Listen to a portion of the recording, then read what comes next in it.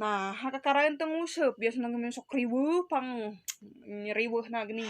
Teh batur geus jareueur teuh tah mah ayeuna teh keur rada hoream kana nguseup teh ah. Nah jeung hoream jadi kitu. Nya gitu dan waga yang diganti atuh udah geus lebar teh sok geus alus.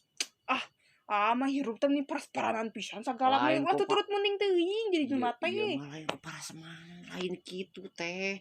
Lebar teh ngaran geus alus aya. Jadi Dipikir-pikir mun alus mah eta teh ganti sarua ge. ah dipikir-pikir ayeuna tuluy we tentang nguseup ayeuna mah asa kaoloy teh geus ayeuna mah geus Nah, bae teu kapuji ge bae.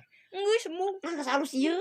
mung Nah, geus kumaha jeung ayeuna geus mah geus hayang ganti abi mah daripada kanu kitu mah leuheung keneh meuli emas abi mah. Komo ayeuna teh Idul Adha, tak emas teh kudu diganti pan tara sasalaman ka batur geus keneh leuheung keneh dipuji kitu daripada naon tah nguseup mah tuluy we hantem tentang jeujeur. Ari moal dipuji deui.